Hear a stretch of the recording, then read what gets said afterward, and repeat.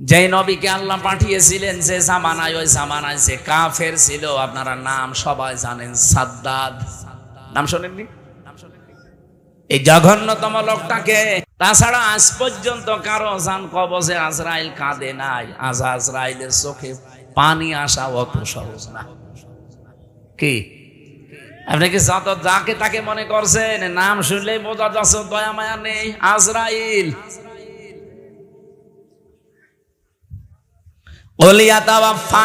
মালাকুল মাউতিল্লাযী ওয়াক্কিলা বিকুম সুম্মা ইলা রাব্বিকুম তুরজাউন। আমি আজরাইলের জীবনে পড়তে গিয়ে পেয়েছিলাম যে কেমন কঠোরতে। এই পৃথিবীতে যখন আদম নবীকে আল্লাহ বানাবেন তো মাটি নিতে পাঠিয়েছিলেন ফেরেশতাদের। যারে যারে পাঠিয়েছে একটা ফেরেশতাও মাটির কন্দন দেখে পারে নাই। শেষ পর্যন্ত আজরাইল এসে থাবা লাগিয়েছিল, খামসা দিয়েছিল মাটিতে, ও কন্দন করেছিল। আজরাইল বলেছে, দেখেন আপনার কন্দনে আমার মন গলবে না, কারণ আমি আমার মালিকের নির্দেশ পালন করছি। অথচ এর আগে 3 ফেরেশতা কিন্তু এসেছিল, জিবরাইল, মিকাইল, ইসরাফিল। কন্দন দেখে তারা ভুলে গেছে, পারে নাই। হযরতে আজরাইল যখন এক খামসা দিয়েছেন, তাফসিরে পড়েছি তার এই এক খামসার ভেতরে মাটি ছিল 40 মণ। ওইটা দিয়ে আমাদের আদম নবীকে আল্লাহ বানিয়েছিলেন। আদি পিতাকে 60 হাত লম্বা, 36 হাত মোটা। আমার মনে হয় এরকম মানুষ যদি এখানে আসে আমরা অনেক অজ্ঞান হয়ে যাব। আপনি চিন্তা করতে পারেন, 60 হাত লম্বা, এদিকে মোটা হচ্ছে 36 হাত। এইরকম কঠিন এবং কঠোর হৃদয়ের একজন ফেরেশতা। তিনি বলেন, আমি জীবনে 2 দিন কন্দন করেছিলাম মানুষের জান কবজ করতে গিয়ে, তাছাড়া আমার কোনোদিন চোখে পানি আসে নাই। একদিন এই আজরাইল, এই সাদ্দাত যেদিন জন্ম নেয় ওই দিন, আর এই আর একদিন যেদিন ও মারা যায় ওই দিন। ও জন্ম হয়েছিল নদীর ভেতরে। সাগরে জাহাজ ডুবে গেলে ওর মা একটা কাঠের উপরে, তক্তার উপরে ভাসছিল। ওই সময় ওর জন্ম হয়। কাঠটা বুকের উপরে রেখে দিয়ে সন্তানটা কাঁধের উপরে রেখে এভাবে কষ্ট করে করে চলছিল। হঠাৎ আল্লাহ বললেন, আজরাইল এই মহিলার জান কবজ করে নিয়ে আসো। আজরাইল এসেছিল, দৃশ্য দেখে বলছে, আল্লাহ এ অথই সাগরে এই ছেলেটা তোমারে যা বলেছে কাজ করে আসো, কিছু দেখা লাগবে না। ও কিন্তু জান কবজ করার পরে মেয়েটা পানির নিচে তলিয়ে গেছে। আরে বাচ্চাটা সাগরে ভাসছিল এই কাঠের ওপরে, ভাসতে ভাসতে কিনারায় পৌঁছিয়ে দিয়েছে ঢেউ তাকে। বাঘে নিয়ে তারে মানুষ করে বাঘের দুধ খেয়ে লোকটা বড় হয়েছে। বলেন তো কোথা থেকে কোথায় নিয়ে এসেছে আল্লাহ তাকে? এই লোকটা যেদিন হুদ নবীর কাছে নিজের পরিচয় দিয়ে যে জান্নাত জাহান্নামের কথা তুমি শোনালে, তোমার ওই জান্নাত আমার লাগবে না, আমি নিজে জান্নাত বানাবো। 20 বছর সময় নিয়ে 22,000 শ্রমিক কাজে লাগিয়ে ওর আয়ত্তে, ওর রাজ্যে যত সোনা রূপা ছিল সবগুলোকে একত্রিত করে ইট বানিয়েছে সোনা রূপা এগুলো দিয়ে দিয়ে। জান্নাতের ভেতরে ছোট ছোট খোপড়ি ঘর বানিয়েছে। হোর আর গেলমানের নাম শুনেছিল। এই জন্য এলাকায় যারা যুবক যুবতী আছে 16 থেকে 30 বছর এই বয়সের উঠতি বয়সের যুবক যুবতীদেরকে নিয়ে ওই ঘরের ভেতরে ও বলেছে এটা হোর আর গেলমান। জান্নাত আজকে উদ্বোধন করবে। আমি ঘটনা বলার জন্য এখানে একটা শিক্ষা আছে, ভালো করে শুনবেন, কারণ আমাদের জন্য সামনে এটা হাসতে পারে। জান্নাতে যখন মেন গেটে যাবে আজকে উদ্বোধন করার জন্য, একটা পিপিলিকা যাবার মতো কোনো রাস্তা নেই, এত কড়া পাহারা চলছে। হঠাৎ করে দেখে জান্নাতের মেন গেটে একজন ফকির বেশে লোক বসা। তো দেখেই রেগে গেছে, এখানে ঢুকলে কি করে? ফকির বেশে লোকটা বলছে, বাদশাহ একটু মাথা নিচ করেন ঘোড়ার পিঠ থেকে, আমি একটা কথা আপনাকে শোনাবো। বলে এখন না, পরে তোমার কথা শোনা যাবে, আমি আগে জান্নাত উদ্বোধন করে নেই। হযরতে আজরাইল ছিল ফেরেশতা। অনেক ডাক দিয়ে বলছে, দেখেন আমি একবার যার কাছে আসি জীবনে ডবল আমার আর আশা লাগে না। আমি ফকির বেশে এসেছি, মনে হচ্ছে ফকির, আমি কিন্তু দুনিয়ার সাধারণ ফকির না, আমি আজরাইল। এই জানটা কবজ করবে। আল্লাহ রাব্বুল আলামিন নির্দেশ দিয়েছেন, ইযা জাজালুহুম লা ইয়াস্তাখিরুনা সাআতাও ওয়া লা ইয়াস্তাকদিমুন। যখন যার কাছে আজল চলে আসে, মানে মরণ, ওকে আমি 1 সেকেন্ড আগেও দেই না, পরেও দেই না, নির্ধারিত সময় তুলে নেই। এই লোকটা জোর করে বলেছিল, ফেরেশতা একটু সময় দাও, আমি শুধু বানানো জান্নাত এক নজর দেখেই চলে আসবো, তখন আমার জান নিয়ে নিও, আমার কোনো আফসোস নেই। ফেরেশতা বলেছে, না, জান্নাতের চৌকাঠ পর্যন্ত স্পর্শ করার কোনো অনুমতি আমার কাছে নেই। ঘোড়ার পিঠ থেকে লোকটা তারপরও জোর করে নামতে গিয়েছে, ওখান থেকে জান কবজ করেছে ঘোড়ার পিঠ থেকে। তাফসিরে তাবারিতে দেখেছি, জান্নাতের চৌকাঠি স্পর্শ করার আগে ও মাটিতে ত্রাস করে পড়ে গেছে। এখানে আমার কয়েকটা শিক্ষা পেলাম, আপনারা হয়তো টের পাচ্ছেন না, তাই আমি কিন্তু টের পেয়েছি। এখানে শিক্ষাগুলো কি? তাফসিরে তাবারি, আজরাইল বলেন, এই দিন ও যখন আমার কাছে অনুমতি চাইছিল যে 20 বছর একাধারে 22,000 শ্রমিক কাজ করে, আমি বিশাল আকাঙ্ক্ষা নিয়ে আসি যে একটু প্রবেশ করে চলে আসবো, আল্লাহর নির্দেশ ছিল না। আমি এই দিন ওর জান কবজ করতে গিয়ে কেঁদে ফেলেছিলাম। তাহলে আজরাইল কেঁদেছে একটা লোকের জন্য জীবনে 2 বার, একবার ওর মায়ের জান কবজ করার সময়, একবার ওর জান। মুফাসসির বলেন, কেন আল্লাহ তাকে চৌকাঠ পর্যন্ত স্পর্শ করতে দেয় না জানো?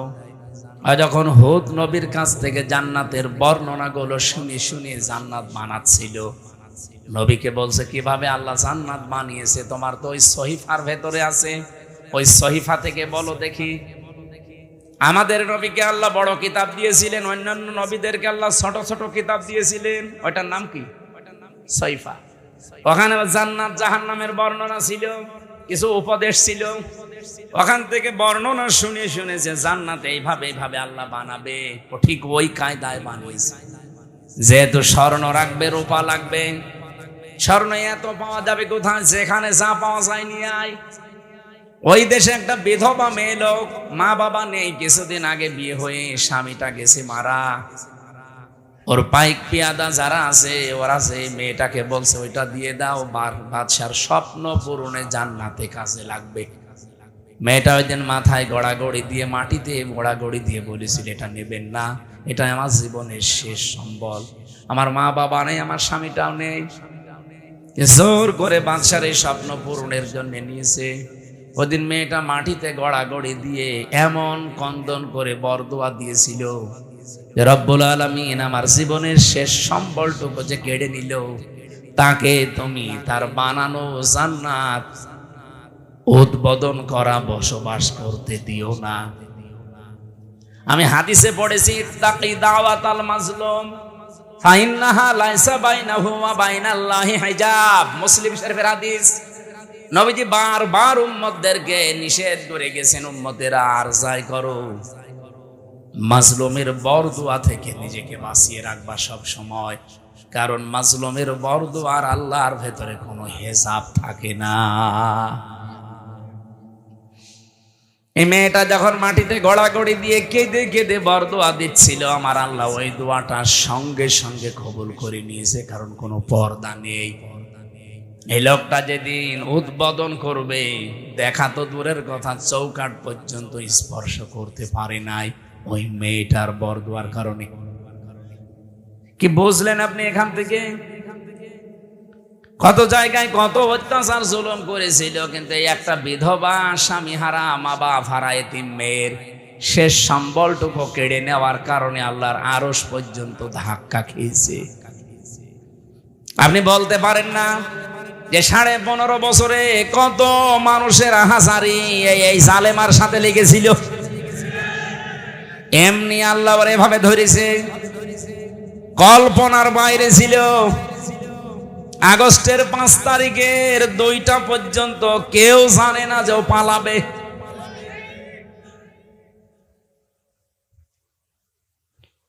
আমার মনে হয় এই বিধবা মেয়ে লোকটার মতো, এই এতিম মেয়েটার মতো হাজার হাজার মায়ের, স্বামীর, বোনের, এতিম সন্তানের আর্তনাদ, বরদোয়া, চোখের পানি এই জালেমা মহিলার ক্ষমতার সাথে লেগেছিল। বিশেষ করে যারা আয়না ঘরে ছিল, আপনি ভাবতে পারেন যারা আয়না ঘরে 8 বছর 10 বছর পড়ে আছে। আমি তো মাত্র 10 দিন ছিলাম মাটির নিচে, তাই আমি অজ্ঞান হয়ে গেছি।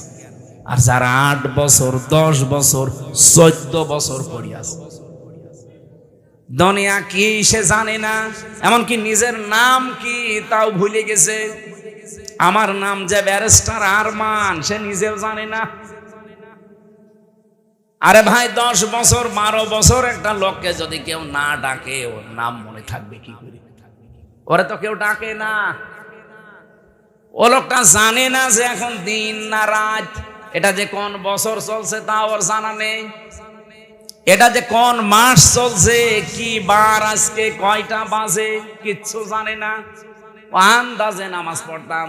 আমি তো 4 ওয়াক্ত নামাজ একসাথে পড়েছি, কারণ আমি জানি না যে এখন কি। আমার মাজায় দড়ি লাগিয়ে চোখে ওই কালো কাপড় বেঁধে, পেছনে হ্যান্ডকাপ দিয়ে, পায়ের সাথে ডান্ডা বেড়িতে মানে 11 ঘন্টা টাঙিয়েছিল।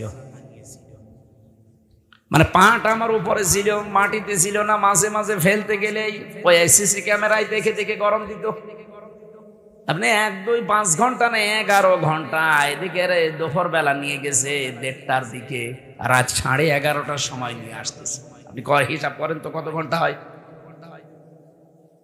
এর ভেতরে মাত্র 2 বার আমাকে নামিয়েছে। আমি শুধু প্রসাব করার জন্য বলেছিলাম যে আমি টয়লেটে যাবো, ওই 1.5-2 মিনিট সময় যা পেয়েছি অতটুকুই। এর ভেতরে আমার আর কোনো খাওয়া দাওয়া নেই। এর ভেতরে আমার সাথে হয় 5 ঘন্টা 7 ঘন্টা পরে হঠাৎ করে একটা গরম দিয়ে ওঠে, কারণ মাটির নিচে খালি পানির আওয়াজ পাওয়া যায়। আমার মনে হয় পাশ দিয়ে কোনো ড্রেন ছিল, অথবা টয়লেটের কোনো জায়গা, কেউ পায়খানা করলে পড়ে, তখন আওয়াজ হয়।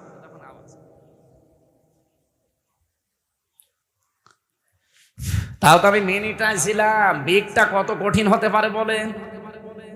আমি ব্যারিস্টার আরমান ভাইয়ের মুখে নিজে শুনেছি যে এদিকে 3.5 হাত, এদিকে 3.5 হাত, সামনে আবার একটা টয়লেট দেওয়া আছে। আমাদেরটাও টয়লেট ছিল, এদিকে 3.5 হাত, এদিকে 2.5 হাত, সামনে টয়লেট ছিল, কিন্তু টয়লেটের আবার নেই। এই হালকা 1-1.5 হাত মতো একটা দেওয়া আছে, দেওয়াল দেওয়া আছে। বসলে দেখা যায় না, দাঁড়ালে দেখা যায়। ওরা বসে থাকে একেবারে গেটের সামনে। বলেন আপনার টয়লেট হবে কি করে? আমি একটা যুবক মানুষ, আর এরকম একটা যুবক পুলিশ যদি বসে থাকে, এই কঠিন পরিস্থিতিগুলো যারা তৈরি করেছিল, কত মানুষের তাহাজ্জুদের চোখের কন্দন পানি ওই জালেমার চেয়ারের সাথে লেগেছিল। এমনি আল্লাহ ধরেছে। সাদ্দাতকে তার এত স্বপ্ন সাদের জান্নাত ভোগ করতে দেয়নি, স্পর্শ পর্যন্ত করতে দেয়নি, খালি একটা মেয়ে লোকের চোখের পানি বরদোয়ার কারণে। আর আপনার সাথে কত মহিলার, কত স্বামী হারা, সন্তান হারা মা বাবা, তাদের চোখের পানি মিলে আছে। আমার এখন যেটা মেজো মেয়ে, ওটা তো ছোট ছিল, ওরা আমি 7 মাস রেখে গিয়েছিলাম। এখন এসে আমার বয়স প্রায় 4.5 বছর। এর যে কত কন্দন করেছে, এমনকি এই যে পুলিশ এসে ভ্যানে করে আমাদের নিয়ে যায়, পিছন ভ্যানে আমার এই মেয়েটা এরকম ঝুলিয়েছিল। এ ছবি দেখেননি? আমার মনে হয় ছবিটা দেখে তামাম দুনিয়াকে দিয়েছে ওই দিন। প্রশাসনের সর্বোচ্চ দায়িত্ব ওই সময় যারা ছিল গোয়েন্দা বিভাগে, তারা পর্যন্ত আমার বাড়িতে কল দিয়েছিল যে এই দৃশ্য আর মানা যায় না। আমরা এতদিনও জানতাম যে হুজুরের কোনো দোষ নেই, এখনো জানি, কিন্তু আমাদের হাত বাঁধা ছিল। কিন্তু না, এই দৃশ্য দেখে মানুষ আর ঠিক থাকতে পারে না। বিভিন্ন জায়গা থেকে শুধু উল্টা পাল্টা কথা আসতেছে, যা আপনার ছেলেকে ছেড়ে দিলাম। আমার ভাইরা, আমি এখান থেকে তাফসিরের যে শিক্ষাটা দিতে চাই আমি নিজে এবং আপনাদেরকে, শুধু আপনাদের না, এটা রেকর্ড হচ্ছে, সারা পৃথিবীর মানুষ যারা আছে, জুলুম করলে কিন্তু কাঙ্ক্ষিত স্থানে পৌঁছানো যায় না। এটা কি কোরআনের কথা বিশ্বাস করেন? এজন্য আগামীতে কেউ যদি আসেন দায়িত্বে, জুলুম করবেন না। তাহলে আপনি যে টার্গেট নিয়ে এগিয়ে যাচ্ছেন, ওই টার্গেট ফিল আপ হওয়ার আগে আপনি পড়ে যাবেন। আমার কথা বোঝা গেছে? ইন্নামা নুমলি লাহুম লিয়াজদাদু ইসমা ওয়া লাহুম আযাবুম মুহিন। সূরা আলে ইমরানে আছে 4 নাম্বার পারা 12 নাম্বার পৃষ্ঠা 9 নাম্বার লাইনে পাবেন, এটা শেষের অংশে আছে। আল্লাহ তাআলা বলেন, কোন মানুষ যদি জুলুম করে, পাপ করে, সীমা লঙ্ঘন করে ফেলে, তখন আমি আল্লাহ ওকে আর ছাড় দেই না, তখন ওকে কঠিন এবং অপমানজনক আযাবের ভেতরে ফেলে দেই। কি অপমান! আজ তামাম দুনিয়া কেউ হাসিনাকে নিতে রাজি না। শুধুমাত্র ভারত তাও বিভিন্ন কায়দা কৌশলে রেখেছে। আমি আজকে 7-8টা বিষয় পেয়েছি কেন ওকে রেখেছে। এই যে বিডিআর হত্যা, 57 জন অফিসার হত্যা, বিশেষ করে শাপলা চত্বরে আলেমদের হত্যা, এই 2টা হত্যার পেছনে সরাসরি জড়িত আছে ইন্ডিয়া নিজে। এই এখন প্রমাণ আস্তে আস্তে বের হচ্ছে। অলরেডি আন্তর্জাতিক আদালতে হেগে ওদের বিরুদ্ধে 2 জনের বিরুদ্ধে মামলা হচ্ছে, হাসিনা আর মোদি। এই 2 জনকে যদি সত্যি ওখানে নিয়ে যাবজ্জীবন জেল অথবা ফাঁসির রায় দিয়ে দেয়, শেষে ইন্ডিয়ার সাথে বিশ্বের বহু দেশের সম্পর্ক মানবাধিকার নষ্ট করার জন্য খারাপ হয়ে যাবে। আমি একটাও বানিয়ে বলছি না, সব আমার এখানে রেকর্ড আছে, আন্তর্জাতিক তথ্য সব। মাইক্রোসফট নাম শুনেছেন? 257টা দেশ নিয়ে তারা রিপোর্ট বানিয়েছে, বিশেষ করে বাংলাদেশের শাপলা চত্বরটা নিয়ে। আর ওদিকে বিডিআর হত্যা। কি সমস্যা? কি ওখান থেকে আশপাশে মোবাইল সরান না, এই স্টপ করলে তোমার রাগ হয়েছে। মোবাইল আশপাশ থেকে সরান না কেন? এই ভাই, আপনি কি সমস্যা ধরতে পারছেন? হ্যাঁ, সমস্যা ধরে ঠিক করে।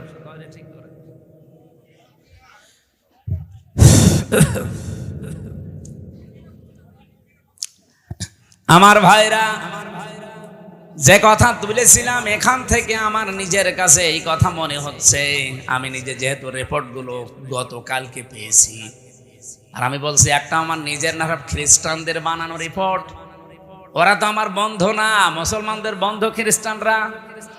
ওরা যখন এগুলো দিয়েছে আগস্টের 5 তারিখের পর থেকে আজকে মে মাসের 5 তারিখ চলছে, এই একাধারে 9 মাস বারবার ইন্ডিয়া এদিকে বিএনপিকে ধরে, জামাত ইসলামকে ধরে, রাজনৈতিক যত দল আছে বড় বড় তাদেরকে বারবার, বিশেষ করে সেনাবাহিনী যারা আছে দেশে, এদেরকে চেষ্টা করেছে যে কোনো কায়দায় যেন এটা বন্ধ করা যায়। এটা বন্ধ ইউনুস করেনি, এটা অলরেডি চালু হয়ে গেছে। আন্তর্জাতিক আদালতে মামলা অলরেডি হয়ে গেছে, এখন এদেরকে টাকা আরম্ভ করবে সামনে। ইন্ডিয়া বেশ ভালোভাবে জানে, প্রমাণ সব তো আছে ইন্টারনেটে। শাপলা চত্বরে কিভাবে কি করেছেন সব প্রমাণ এখন বের করে ফেলছে। পৃথিবী এত উপরে চলে গেছে। এখন যদি সত্যিই মোদির বিরুদ্ধে এই মামলা হয়ে রায় হয়ে যায় হেগে, আন্তর্জাতিক আদালতে হেগে যদি সত্যি রায় হয়ে যায়, আপনি বিশ্বাস করেন সামনে ইন্ডিয়ার সাথে বড় বড় চুক্তি বিশ্বের যেগুলো আছে সব তারা মানব অধিকারের দোহাই দিয়ে বন্ধ করে দেয়। ওদের সাথে ব্যবসার চুক্তি বন্ধ, ওদের দেশের লোক আরো বাইরে যারা আছে ওদের সব পাঠিয়ে দেবে। সে তো ধুতি পরে আছে, ধুতি খুলে বাকি যা আছে ওইটা বেরিয়ে যাবে। ওকে পাগল হয়েছে এমনি। এই কারণে হঠাৎ করে এখন মুসলমানদের উপর অত্যাচার আরম্ভ করেছে, যেন বিশ্বের দৃষ্টি এখন অন্যদিকে যায়। আরে বিশ্বের মানুষ আপনাদের মতো গরুর মদ খায় না। আমরা জাতে মাতাল হলো তাহলে ঠিক আছি। এই জন্য অনেকে এখন মুখ ফিরিয়ে নিচ্ছে, কাউকে যখন রাজি করতে পারে নাই, বহুবার চেষ্টা চালিয়েছিল। আপনি দেখেননি, বারবার জামাত ইসলাম বলেন, বিএনপি বলেন, রাজনৈতিক দল বলেন, ধর্মীয় যারা আছে তারা বলেন, বারবার আমরা চাচ্ছিলাম তাড়াতাড়ি নির্বাচন দিয়ে দিলে কি হবে, ইউনূস চলে যাবে, ওরা আবার কনভেনশন করে সব ঠিক করে ফেলবে। আর ও চাচ্ছিল যদি এভাবে অন্তত 2 বছর কেটে যায় তাহলে এ দেশ কন্ট্রোলের বাইরে চলে যাবে। অলরেডি এখন সামরিক একটা ঘাঁটি তৈরি হচ্ছে। আপনি দেখেছেন এই কয়েকদিনের ভেতরে মোদির মুখ শোকাতে শোকাতে এখন মনে হচ্ছে বান্দরের পেছন হয়ে গেছে। সামনে আরো কয়েকটা গেম আসতেছে। ইউনূস ভালো কি খারাপ এটা আমি জানি না, উনি কে ওনাকে চালাচ্ছে এটা আমার দেখার দরকার নেই, কিন্তু আমরা ইন্ডিয়ার এই বলয় থেকে বের হতে চাই। কারণ এই শয়তানরা 54 বছরে উপকার করেছে, যা যদি 10 টাকার উপকার করে 90 টাকার ক্ষতি করেছে। আর সবচাইতে বড় ক্ষতি হচ্ছে আল্লাহর ঘরগুলো তার ভাঙছে। এর চাইতে আর কি ক্ষতি হতে পারে মুসলমানের? আমার ঘর ভেঙে দিলে আমার এত কষ্ট লাগতো না। এই কথা বলছে না কেন? 1500 বছর আগে একবার আল্লাহর একটা ঘর ভাঙতে এসেছিল। কে? আব্রাহা। কে কি করেছে আল্লাহ দেখেছেন? কাসফিম মাকুল বানিয়ে দিয়েছে। আর এই শয়তানরা আল্লাহর একটা ঘর সে তো ভাঙতে পারে না, শুধু ভাঙার জন্য এসেছিল। আরে অলরেডি ভেঙ্গে ভেঙ্গে সব মাটির সাথে গড়িয়ে ওই জায়গায় এখন মন্দির উদ্বোধন করছে।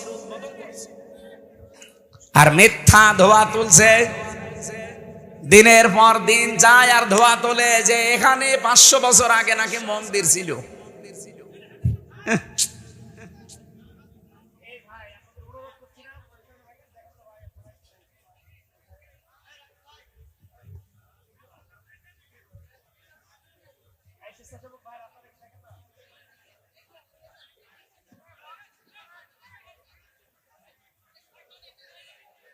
এই যাক, যার ভালো লাগছে না চলে যাক। ও একা যাচ্ছে, আবার আরেকজনকে ডেকে নিয়ে যাচ্ছে। ওটা ধরেন তো, আপনি আস্তে করে চলে যেতে পারছেন না?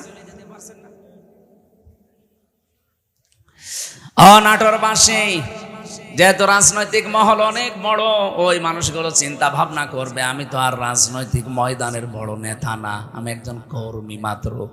আমি একটু টাচ দিলাম যতটুকু পেয়েছি। আপনাদের জুলুম যারাই করবে, এই যে মোদি আজ যে জুলুম করছে, ও যে টার্গেট নিয়ে যাচ্ছে, কোরআন 100% সত্য বিশ্বাস করি, ও জীবনেও সাদ্দাদের মতো টার্গেটে পৌঁছাতে পারবে না। টার্গেটে পৌঁছানোর আগেই দেখবেন পড়ে যাবে। চা বিক্রি করতো, পরবর্তীতে দেখবেন তামাক বিক্রি করবে, নিচে নামিয়ে দেবেন আল্লাহ। চা বিক্রি করতো, ওরা তামাক বিক্রি করাবে।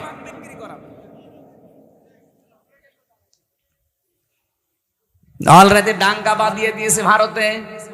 গত পরশুদিনও দেখলাম 2 জন মুসলমান দাড়িওয়ালা ধরে সরাসরি জবাই করছে। এখন ওর হাতে আর দুনিয়ার কিচ্ছু নেই, শুধু এইটাই আছে পুঁজি যে মুসলমানদের বিরুদ্ধে হিন্দুদের উস্কিয়ে দিয়ে এদের দাঙ্গা তৈরি করে একটা ফায়দা লড়বে, ঘোলা পানিতে মাছ শিকার। এই জন্য গোবিন্দ পরামানিক কিন্তু বুঝে ফেলেছে, বাংলাদেশের পুরা বাংলাদেশ মিলে হিন্দু মহাজোট আছে, তার মহাসচিব গোবিন্দ চন্দ্র পরামানিক গত পরশুদিনও জানিয়েছে না যে তামাম পৃথিবীর হিন্দু ভাইরা, হিন্দু বোনেরা সবাই এই মাতাল মোদিকে থামান। এটা মাতাল, এই শয়তানের মনোবাসনা পূর্ণ করতে গিয়ে যা আরম্ভ করেছে, এ পৃথিবী কয়েকদিন পরে বসবাসের অযোগ্য হয়ে যাবে, কারণ ঘরে ঘরে তখন মারামারি শুরু হবে। এই জন্য লোকটাকে থামাতে বলছে। আমরাও চাই হিন্দু ভাইরা যারা আছেন, অন্যান্য খ্রিস্টান ধর্মের যারা আছেন, খ্রিস্টান ভাইদের কি বিবেক বুদ্ধি সব কি লোপ পেয়েছে? আপনাদের মেয়েকে, আপনাদের বোনকে এই ইন্ডিয়ার বুকে ওরা উলঙ্গ করে রাস্তায় হাঁটিয়েছে 17 সালে। এই কথা বলছেন না কেন?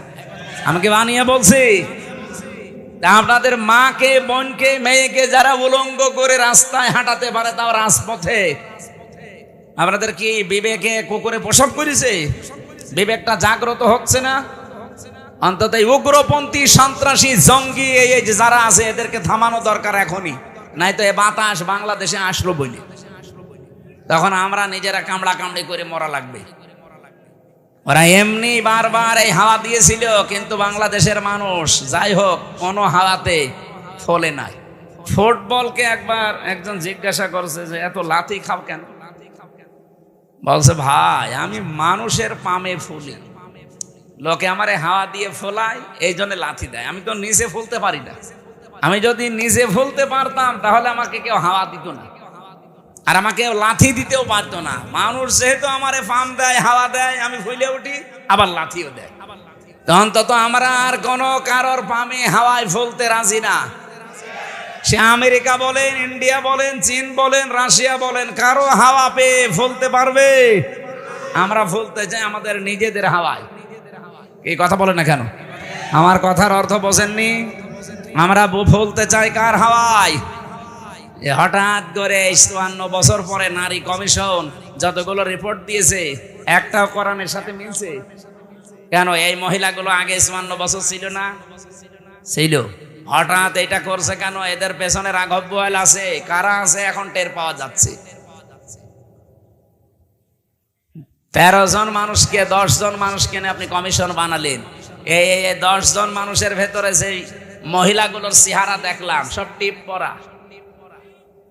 কি কথা বলছেন না কেন? এইগুলো এই 15.5 বছর এই জালেমা মহিলাকে টিকিয়ে রাখার জন্য বিভিন্ন কথা বিভিন্ন সময় বলতো। এই দেশে কি শুধু ওই 10 জন আর মহিলা নেই দেশে? ডক্টর নাসিমা হাসানকে নেওয়া যায়নি? ঢাকা বিশ্ববিদ্যালয়ের যে শিক্ষিকা, এই যে কুমিল্লায় বাড়ি, বলেছিল আমার ছেলের কলার চেপে ধরেছেন কেন, জবাব দেওয়া লাগবে। এই মেয়েটাকে নেওয়া যায়নি কমিশনে? তাহলে উল্টা পাল্টা রিপোর্ট দিতে পারতেন না? এমন এমন রিপোর্ট দিয়েছে, শয়তান পর্যন্ত চিন্তা করছে যে আমিও তো এ চিন্তা করি না। প্রথম রিপোর্টে কি দেখেছে? যে কোন স্বামী যদি স্ত্রীর সাথে সহবাস করতে চায়, স্ত্রী যদি বলে না আমার এখন হবে না, এরপরও স্বামী যদি সহবাস করে তাহলে ধর্ষণ মামলা হবে। ধর্ষণ মামলা হলে জাজ রায় দেবে। ধর্ষণের বিচার কি? ফাঁসি। কথা বলছে না কেন? আপনার কি মনে হয় এই রিপোর্ট শুনিয়ে বলেন তো? ভালো। তা আপনি রায় দেওয়ার জন্য তো সাক্ষী লাগবে। এখন মানুষের মনের অবস্থা তো আর কেউ জানে না। একই জোর করেছে আর স্ত্রী কি রাজি হচ্ছিল না, এটা তো স্বামী স্ত্রী ছাড়া কেউ জানে না। এখন ওই জায়গায় সাক্ষীর জন্য আপনাকে মানুষ বসিয়ে রাখা লাগবে, অথবা ইউটিউবারদের রাখা লাগবে। আমার মাঝে মাঝে এই যে ৩১৮ পৃষ্ঠা কোরআনটা পড়লাম, পরে আমার মনে হচ্ছে এগুলো মেয়াদ উত্তীর্ণ গাঁজা খেয়েছে। মানে মেয়াদ আলা গাঁজা খেলেও মানুষ এত নিচে নামে না। এ মেয়াদ পার হয়ে গেছে, ওই গাঁজা খেয়ে পোড়া মাতাল। এই জন্য এদেরকে এই নাটোরের পাশের জেলা পাবনায় পাঠানো দরকার। এরকম মানুষ বাইরে থাকলে সব সমাজ নষ্ট করে ফেলবে। কথা বলে না কেন? এটা তো 1 নাম্বার গেল, আর বাকিগুলো তো আরো খারাপ। 2 নাম্বারে দিয়েছে যে দেহ আমার সিদ্ধান্ত আমার। দেহ আমার সিদ্ধান্ত আমার, মানে দেহ কার? এ দেহ আপনি আমার এই যে 33 বছর বয়স, 34 বছর আগে হামজা নামে কেউ আমি ছিলাম না। আমার মা বাবার দায়িত্ব ছিল বিছানায় থাকা, বাকি যা করার কে করেছে? দেহ আমার হয় কি করি? আলা লাহুল খালকু ওয়াল আমরু। আল্লাহ বলেন আমি বানিয়েছি, সিদ্ধান্ত। বলেন বলেন, এই আয়াতের পুরা বিরুদ্ধে লিখেছে তারা, যে দেহ আমার সিদ্ধান্ত আমার। 3 নাম্বারে তারা লিখেছে যে যারা যৌন কর্মী আছে এদেরকে শ্রমিকের মর্যাদা দেওয়া লাগবে। আরে ভাই, যৌন কর্মী যারা, এরা যদি শ্রমিকের মর্যাদা পায়, তাহলে যারা ডাকাতি করে তারাও তো পুলিশকে বলবে ভাই আমরাও শ্রমিক, আপনারা আমাদের ধরবেন না, কারণ এই ডাকাতি করা খুব রিস্কের কাজ। আর যে শ্রম দেওয়া লাগে গাছ কেটে রাস্তায় ফেলে, কি কথা বলছে না? আমি সাতক্ষীরা থেকে আসার সময়, যে আসা শুনি মাছের ঘেড় এলাকা, ওই 17 সালের দিকে আসার সময় ডাকাত পড়েছিল রাস্তায়, বিশাল এক গাছ কেটে রাস্তায় ফেলেছে। কেবল মনে হয় একটু আগে কেটে ফেলে রেখেছে, কারণ গাছ কাটতে 2-3 জন সরিয়ে নিয়ে এসে একেবারে জায়গা মতো রাখতে দেখলাম। ওই যে সূর্য ইসের আলো জ্বলছিল লাইটের, ওর ঘাম ঝরছে। এখন আমি কাজ খুলে দিলাম, আমার দিকে তাকিয়ে বলছে, হুজুর আপনার টাকাও নেব, আল্লাহ মাফ করবে। আরে শয়তান, যা আছে নিয়ে আমার গাড়িটা আগে ছেড়ে দিই। আল্লাহরে বিশ্বাস আছে। কি বলছে? বলছে আমাদের এলাকায় আপনি মাহফিলে এসেছিলেন, আপনাকে আমরা চিনি, আপনার টাকাও নেব, আল্লাহ মাফ করবে, আপনি চলে যান। মানে গাছ এত কষ্ট করে ফেলে রেখেছো, ঘাম ঝরছে কপাল দিয়ে। ওরা তো তারপরের দিন প্রশাসনকে বলতে পারতো না যে ডাকাতি করা কি কষ্ট, আপনারা তো টের পান না। গাছ কেটে 4-5 জন নিয়ে রাস্তায় ফেলে রাখা লাগে। এই দেখেন ঘাম ঝরছে, আমরা শ্রমিক। ওরা বলতে পারে না যে আমরা শ্রমিক, তাও তো ওদের শ্রমটা অন্তত হচ্ছে, এটা জুলুম হচ্ছে। তারপর কিন্তু যারা যৌন কর্মী, এদের উপরে কি জুলুম করলেন আপনি? বলেন, আপনি কি একটা ন্যায় বিচার দিলেন তাদের উপরে? আমার মনে হয় আপনি পার্সেন্টেজ খুঁজে দেখবেন, রাজবাড়ির এই দৌলতপুর ঘাটে, যশোরের এই জায়গায়, আর নারায়ণগঞ্জেরটা তো বন্ধ হয়ে গেছে, যেখানে যেই পতিতালয় ছিল ওখানে যে দেখেন যত মহিলা আছে, একটাও নিজের ইচ্ছা করে আমার মনে হয় যায়নি, গেলেও খুব কম। হয়তো ধোকায় পড়ে গেছে, প্রবঞ্চনার শিকার হয়ে, অথবা প্রেমে ছাকা খেয়ে যে কোনো কায়দায় ওখানে গেছে, যে আর বেড়াতে পারে না। প্রতিদিন এই যে 8টা 10টা 15 20টা পুরুষের সাথে তারা কি প্রোটেস্ট কিছু নেয়? কিভাবে তাদের ব্যবহার করছে?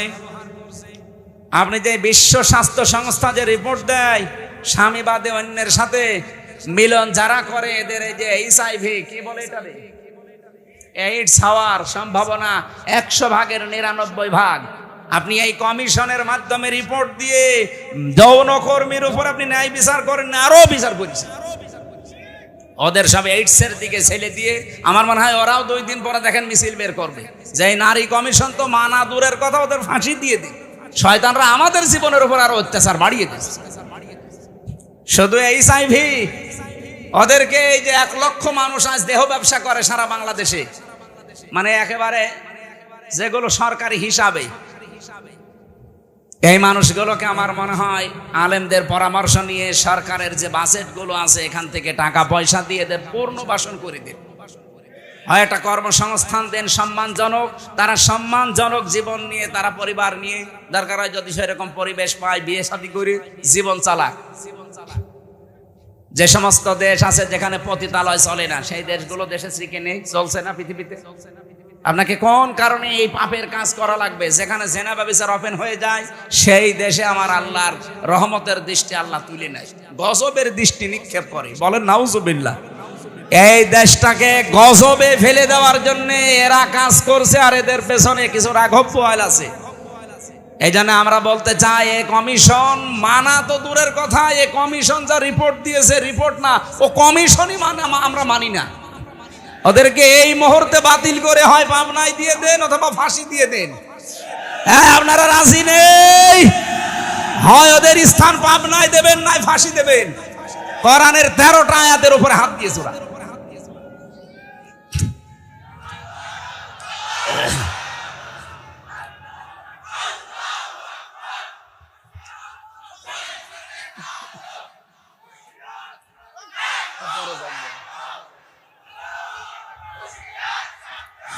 আমার ভাইরা,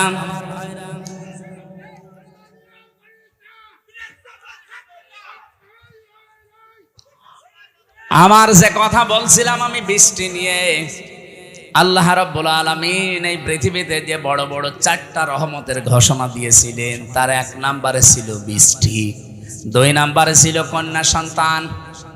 কিন্তু আমরা কন্যা সন্তানের নাম শুনলে বা আসলে আমার যে বাবা যারা, অনেক বাবা মন খারাপ করে। বিশ্বনবী জানিয়েছেন, কোন পরিবারে যদি একটা কন্যা আসে, সঙ্গে সঙ্গে আল্লাহ 4 জন ফেরেশতা পাঠিয়ে দেয়। কোন পুরুষ মানুষ আসলে সেখানে 4 জন নাই, 1 জনও ফেরেশতা আছে। এই কথা কোরআন হাদিসে আছে নেই?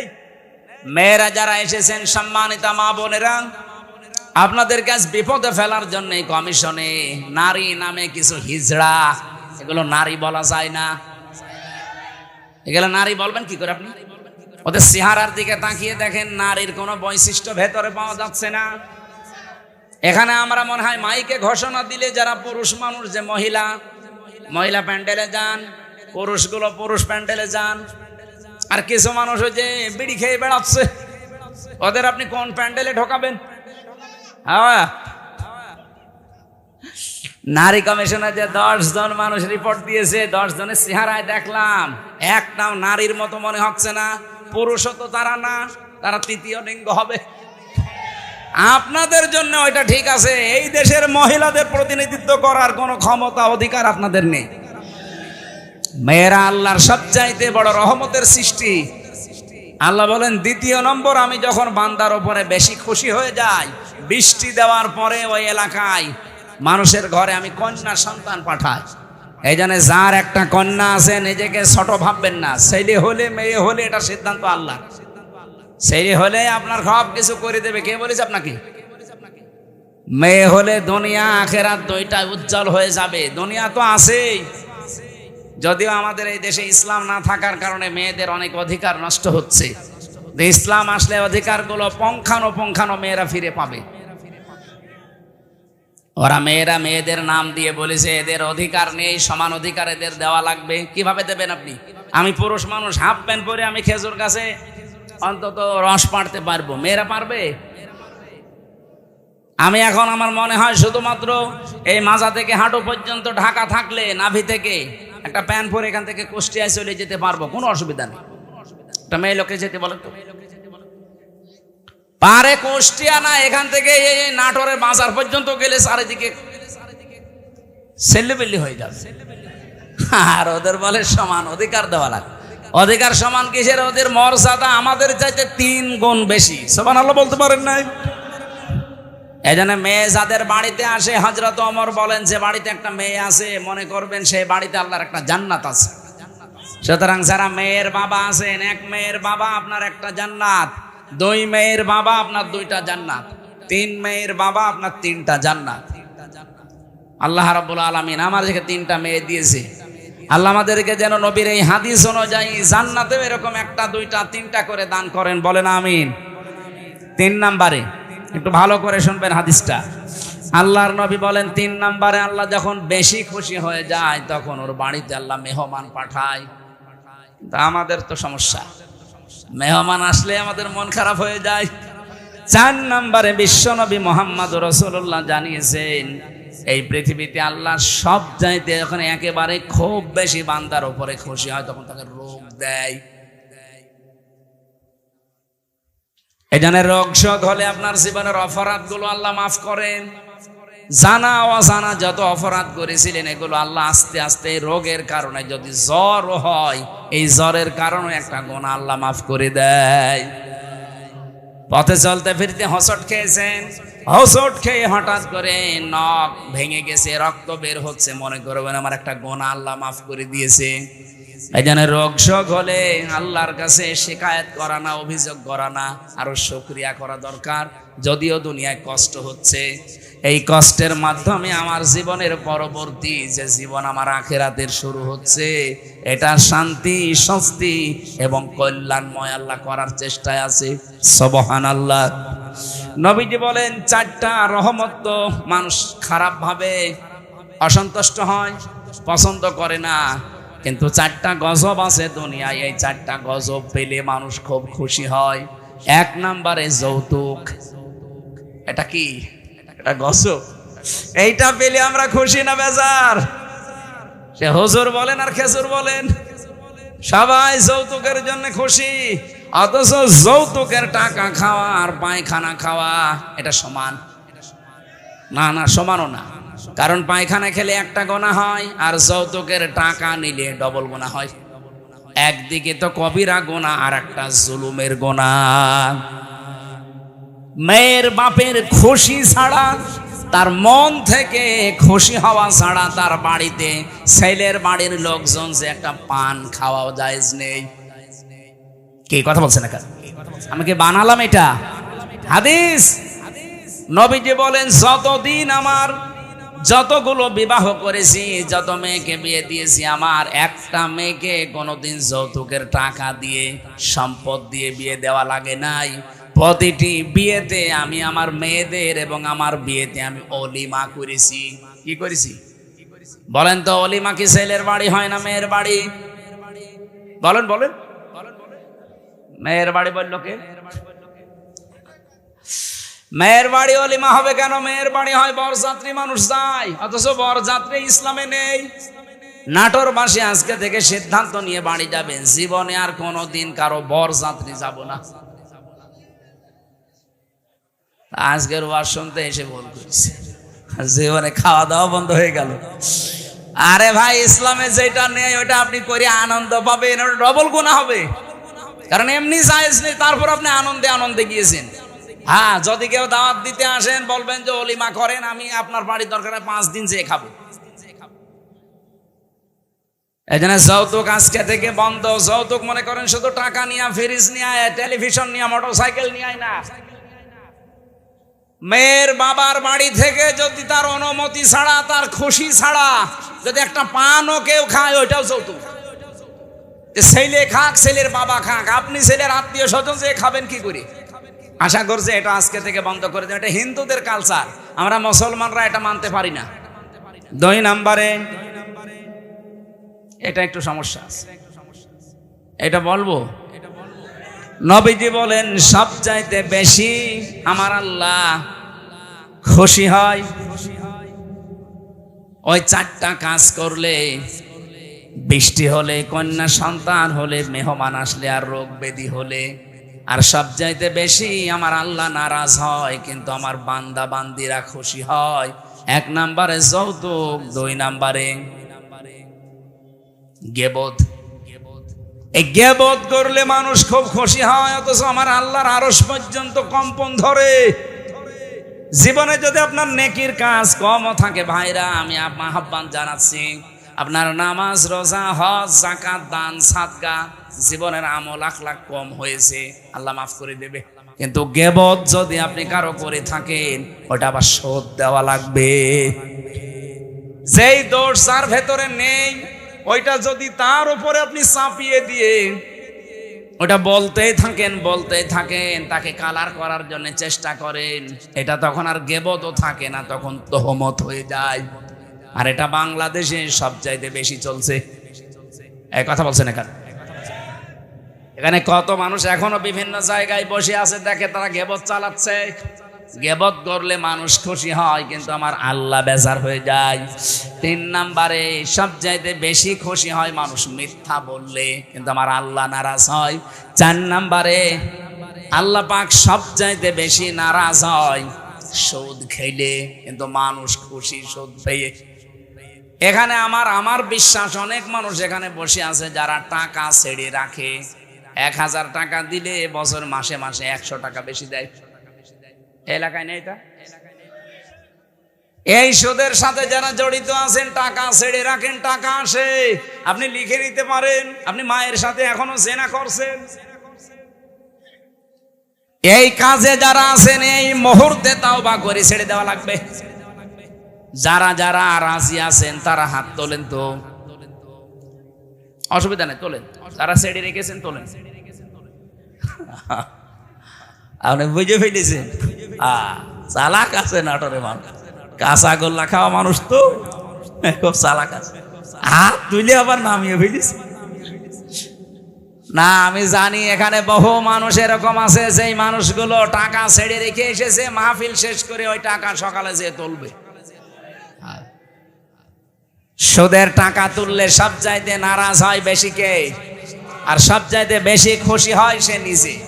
সুতরাং এই 4টা রহমত, 4টা গজব, বেজার হয় আল্লাহ 4টা কাজে, আর আমরা নিজেরা বেজার হই 4টা কাজে। আল্লাহ আমাদেরকে কন্যা সন্তান যেহেতু রহমত, বৃষ্টি যেহেতু রহমত, এই পৃথিবীতে মেহমান আসা রহমত, আল্লাহ রোগ ব্যাধি দিয়েছে এটাও রহমত। এগুলো পেয়ে নারাজ না হয়ে এগুলোর সঠিক এবং পরিমার্জিত ব্যবহার করার তৌফিক কামনা করছি। সকলে বলেন আমিন। আমার আজকের আমি বিষয় আলোচনা সাজিয়েছিলাম যে আল্লাহর দল কারা,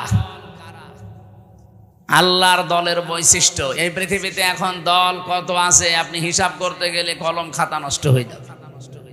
বাংলাদেশে প্রায় 73টার উপরে দল আছে। আমি অল্প কথায় মেন কথাগুলো, অল্প সময় মেন কথাগুলো বলতে চাই। একটু বসেন।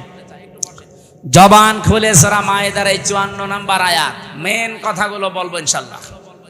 আল্লাহ পাক বলেন, ইয়া আইয়ুহাল্লাযীনা আমানু মাইয়ারতাদ্দা মিনকুম আন দীনিহি ফাসাউফা ইয়াতিল্লাহু বিকওমিন। ঈমানদারেরা, এই পৃথিবীতে কোনো মানুষ যদি আল্লাহর দিন থেকে ফিরে চলে যায়, আল্লাহর ইসলাম থেকে, তোমাদের ভেতরে সেই চলে যাবে, সঙ্গে সঙ্গে আমি আল্লাহ একটা নতুন সিদ্ধান্ত নিয়ে ফেলি।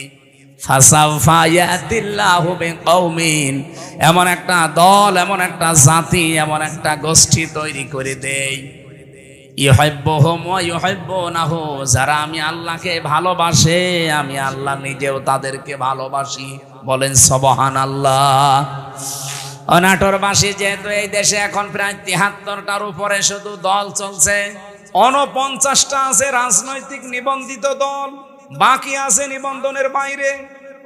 যত দল আছে ধর্মীয় জেনারেল মিলে বলেন, আগস্টের ৫ তারিখের পরে আমি বাংলায় বলছি, এবার কত মানুষকে আমরা বিভিন্ন নাম দিয়ে দেখতে পাচ্ছি ইসলাম থেকে বের হয়ে যাচ্ছে।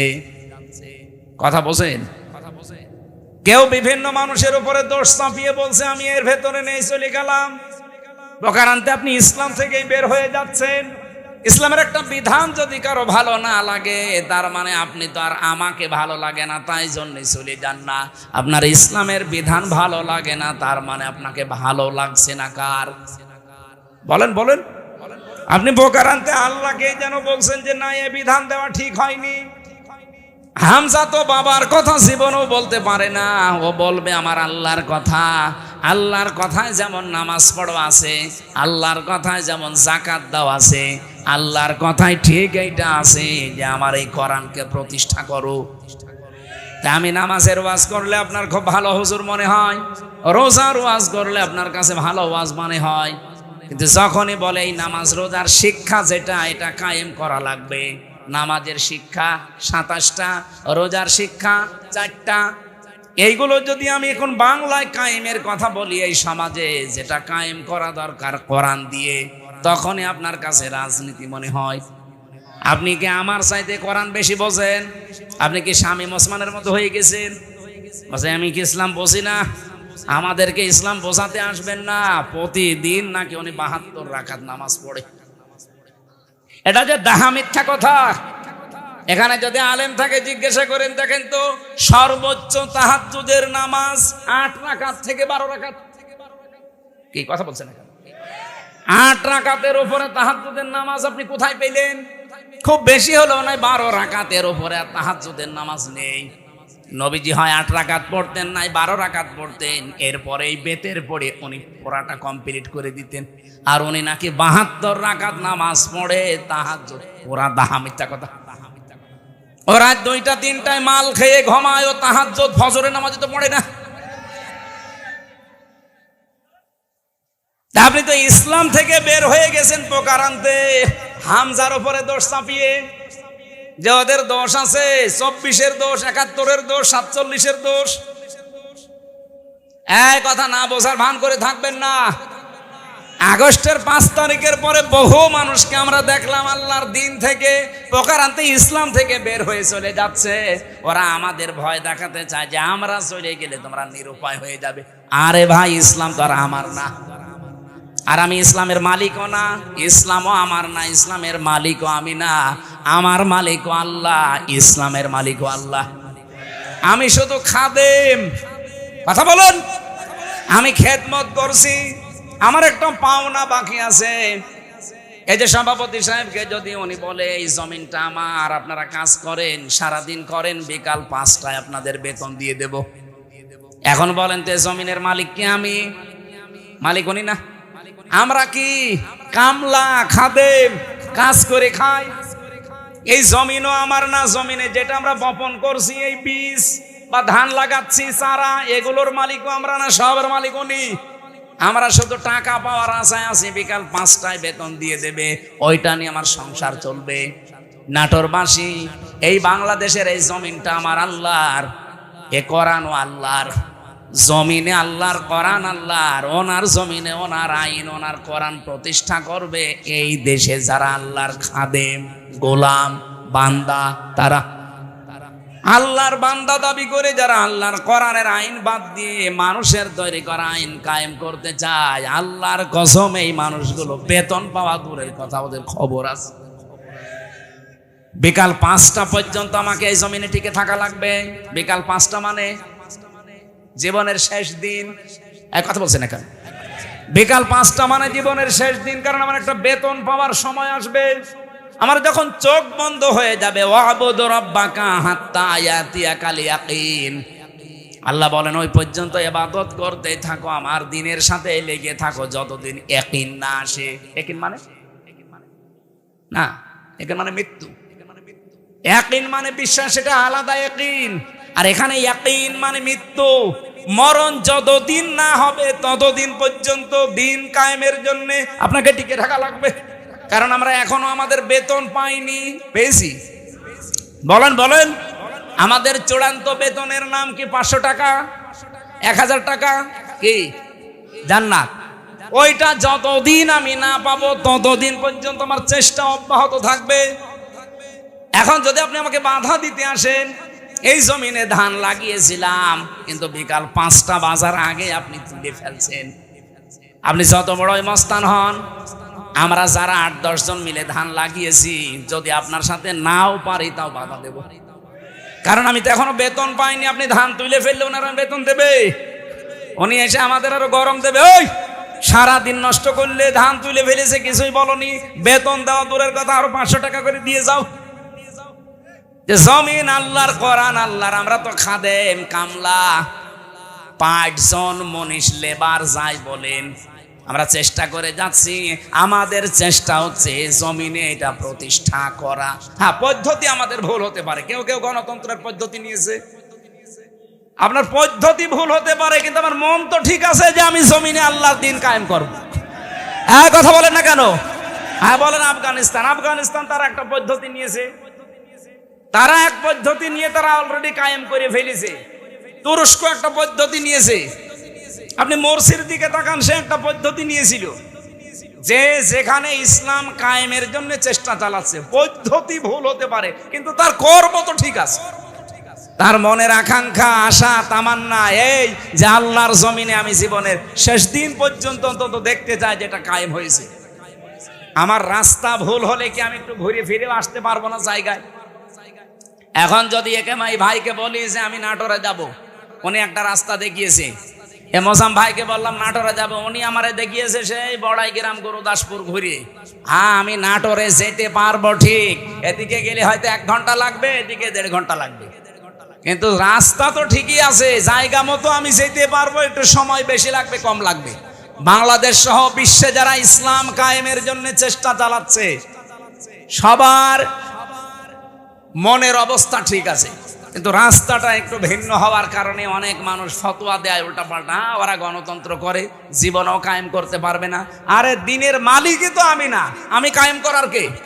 আমি চেষ্টা করে যাচ্ছি, অবশ্যই আমার সফলতা আমার জান্নাত পাওয়া পর্যন্ত।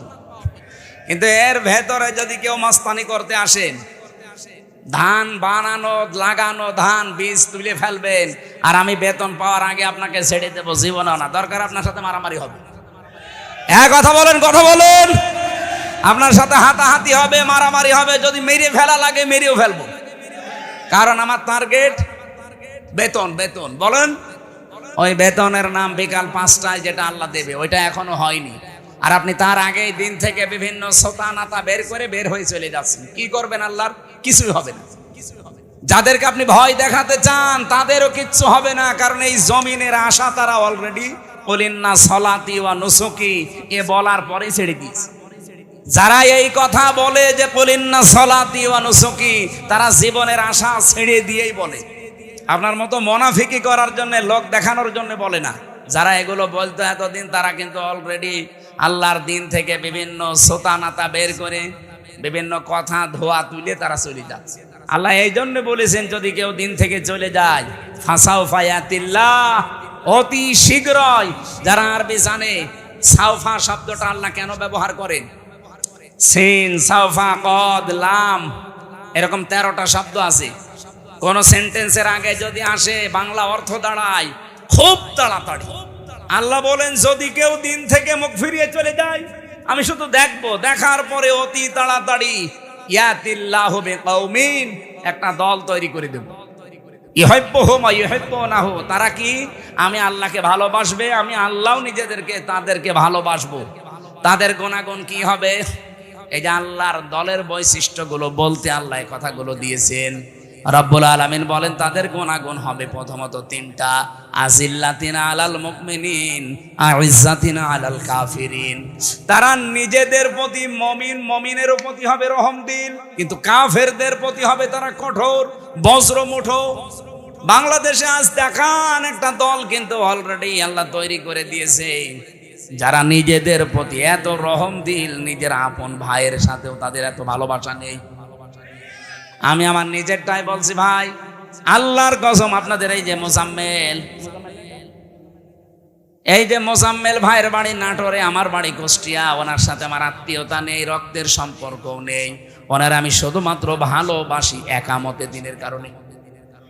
আর এই ভালোবাসা মহাব্বতটা আল্লাহ নিজে পয়দা করে দিয়েছে। কারণ যখন আল্লাহর দিন থেকে মানুষ মুখ ফিরিয়ে নেয় তখন একটা দল আল্লাহ নিজে তৈরি করে দেয়। ওই দলের প্রথম বৈশিষ্ট্য তারা নিজেদের প্রতি রহমদিল হয়, মহাব্বত ভালোবাসা তৈরি হয়, কিন্তু কাফেরদের প্রতি তারা কঠোর।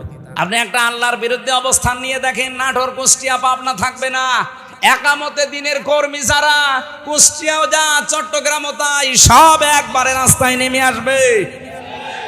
কারণ কাফেরদের প্রতি আমাদের কঠোরতা তৈরি করে দিয়েছে কে? আপনি অন্য কিছু খেয়াল করে দেখেন তারা নামে কিনা, জীবনও পাবেন না। ইউজাহিদুনা ফি সাবিলিল্লাহি ওয়া লা ইয়াখাফুনা লাওমাতা লাইম। তারা আল্লাহর দ্বীন এই জমিনে প্রতিষ্ঠা করার জন্য জিহাদ করবে, সংগ্রাম করবে, চেষ্টা চালাবে, পরিশ্রম করবে, প্রচেষ্টা করবে, কিন্তু কোনো ওয়ালা ইয়াখাফুনা ভয় পাবে না, লাওমাতা লাইম কোনো তিরস্কারকারীর তিরস্কারকে তারা পাত্তা দেবে না। আমি সেই দিন থেকে কুলিন্না সলাতি ওয়া নুসুকি ওয়া মাহইয়ায়া ওয়া মামাতি লিল্লাহি রাব্বিল আলামিন বুঝে বুঝে পড়েছি। ওই দিন থেকে কে আমার পেছনে লেগেছে, কে বদ করে, আমার উপরে আন্দাজে দোষ চাপায়, কোনো কিছু আমার মনে আর স্থান নেই। আমার মনে হয় এই দেশে যারা একামতে দিনের কর্মী, আল্লাহর কসম তাদেরকেও আপনি এইভাবেই পাবেন। কোন তিরস্কারকারী তিরস্কারকে তারা পাত্তা দেবে। আমাকে রাজাকার পর্যন্ত বলা হয়েছে, কিন্তু আমি কি রাজাকার? আমার 33 বয়সে যদি রাজাকার হয়, কিন্তু এই কথা বলে আপনি দাবিয়ে রাখবেন, আপনি বলবেন ও শিবিরের রক্ষাটা কর্মী, এই কথা বলে দাবিয়ে রাখবেন।